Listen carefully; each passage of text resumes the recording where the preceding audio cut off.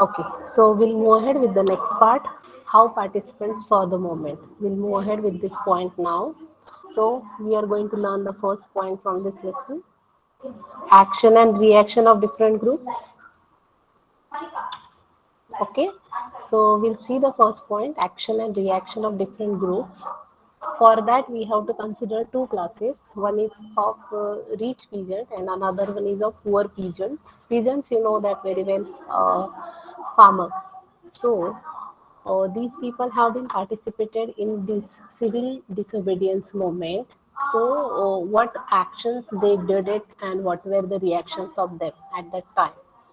So rich peasants were hit by the economic depression because their demands have not been approved by the British government. So they participated with full enthusiasm. Okay. So they were disappointed when it was called off by Gandhiji and did not participate when it was launched again. So these rich peasants were from Gujarat and from one more state that was there. So it was Arunachal Pradesh. So these were patidars like this. So these people have not been participated in civil disobedience movement when it was restarted. Okay, why? Because it was called off by Gandhiji. In 1930, this movement was going to be cancelled by Gandhiji because it was taken wrong turn. And at that time, they were disappointed. Whatever demand they were putting forward in civil disobedience movement, these were not approved by it. And even also it has been stopped by Gandhiji.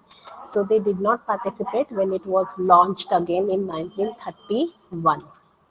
Now we'll see about poor peasants.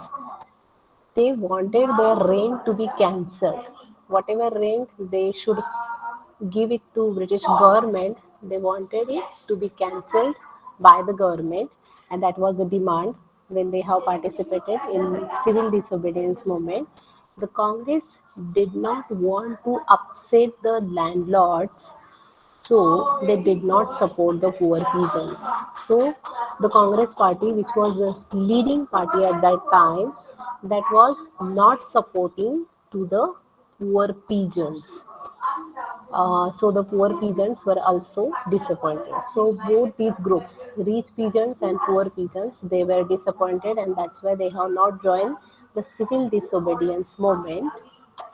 Now we'll move ahead with the next group, that is related to business classes. Okay, so they wanted protection against imports and a good rupee sterling exchange rate. So what were the demands of them? They wanted protection. About what? Against imports, because British government was imposing heavy tax on it and they did not want it because they were going to lose so many things due to this thing, and they wanted a good rupee sterling exchange rate. Sterling means it is related to currency regarding USA. Okay, so they wanted change or exchange rate regarding rupee and sterling. So they supported the civil disobedience movement, but then were not happy as their business was affected for a long time and the Congress was supporting socialist ideas. So business classes were supporting to the civil disobedience movement, but then they were not happy because their demands have not been approved by them, and their business also was affected for a long time due to it. That's why the Congress was supporting socialist ideas. So they wanted protection, and at last again they were also not ready to support to the civil disobedience movement. So these were the actions and reactions of different groups. Now we'll talk about women. Women joined Gandhi in protest, picketing, and even went to jail. So about picketing, we already have discussed. Picketing means what? To protest. So they were protesting against the liquor shops also. So when women were participating in civil disobedience movement, the salt march were there. So they joined Gandhiji in protest, picketing, and even went to jail also. They were ready to go in jail also. So the Congress was not really interested in their participation. Even Gandhiji thought women should look after the home. Okay, so What was the duty of women at that time? They should look after their home also. Okay, but even also they were participating in the movements which were started by the freedom fighters, and that's why the Congress, which was leading party, they were not really interested in their participation. They were telling, they were forcing to the women that they should look after the home, and Gandhiji was also thinking like the same thing. So we have to read the pages. Don't consider these pages because these pages number are different as per the new edition. So you just have to see the point, the beginning of section 3.2, how participants saw the movement, and we have to read till the end of the section 3.2. So that part we have to read. I will share that book with you. Till there, we will see the next point of this limits of civil disobedience. Okay, what are the limits of the civil disobedience movement? Okay, so Congress did not want to help the Dalits as the higher caste would get upset. Okay, so Congress did not want to help the Dalits as the higher caste would get upset. So they did not want that Dalit should participate in the movement also, and the highest caste would get upset due to it. That's why they were not supporting to Dalit people. And Gandhiji thought the upper caste should be convinced to be good to the Dalits. So it was vice versa. As Gandhiji was participating in Congress party also, but even also he was thinking that upper caste, we should convince the upper caste to be good to the Dalits. So Dalit would also participate in the movements also, and Dalits wanted to have their own political representatives to change their situation. As they were not getting chance everywhere, that's why they formed their own party to change their situation, and they were getting their own political representatives also. So who was supporting to them? So the leading person was Dr. Ambedkar. He was the leader of the Dalits, and the British agreed to his demand that they were getting some seats in political party, and they were getting some political representative. That was the demand of Dr. Babasaheb Ambedkar, and these were approved by British government at that time. But then Gandhiji started a fast unto death to make Dr. Ambedkar take it back. But Gandhiji was not ready for this. Okay, so that's why he started a fast unto death. You know that? Have you heard about Kuposhan? Okay, so to cancel this demand, which was approved by British government, Gandhiji having started a fast unto death to make Dr. Babasaheb Ambedkar take it back. So Dr. Ambedkar had to agree and signed the Pune Pact.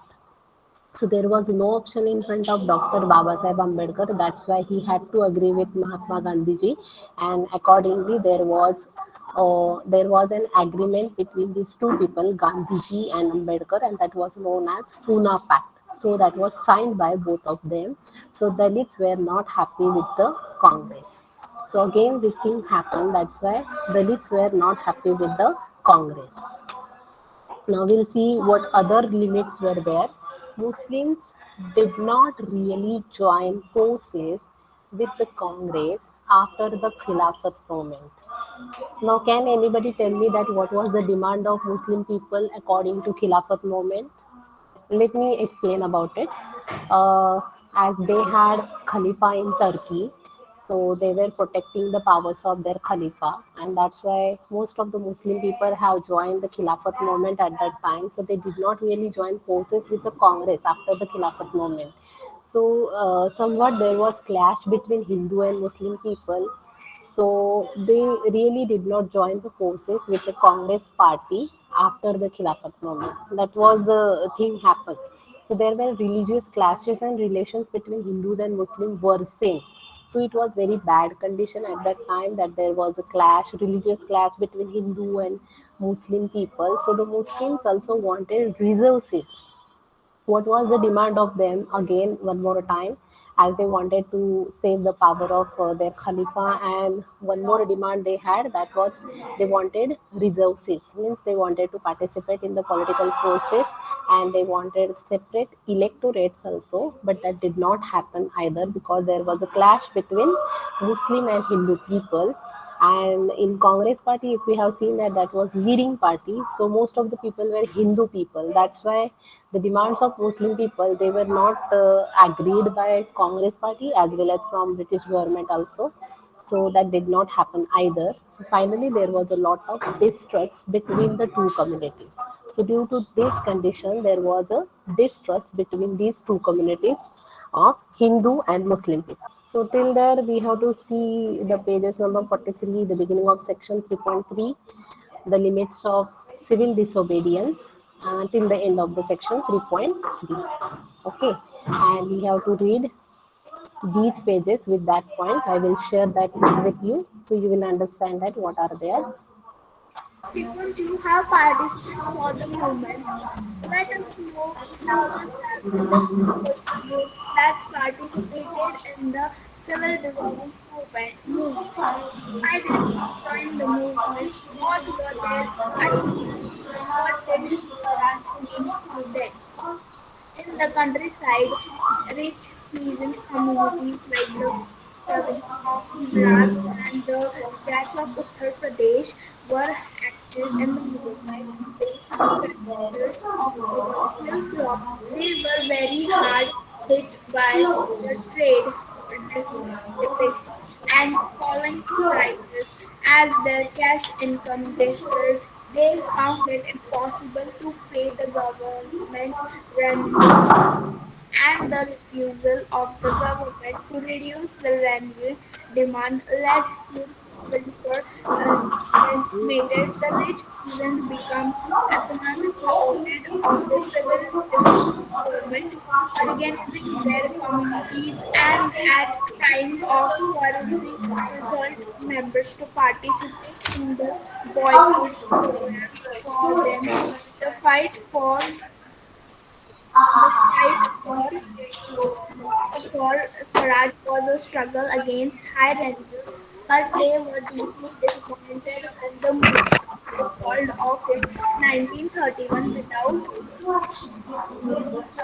the rates being received. So then the movement was restarted in 1932. Many of them refused to participate.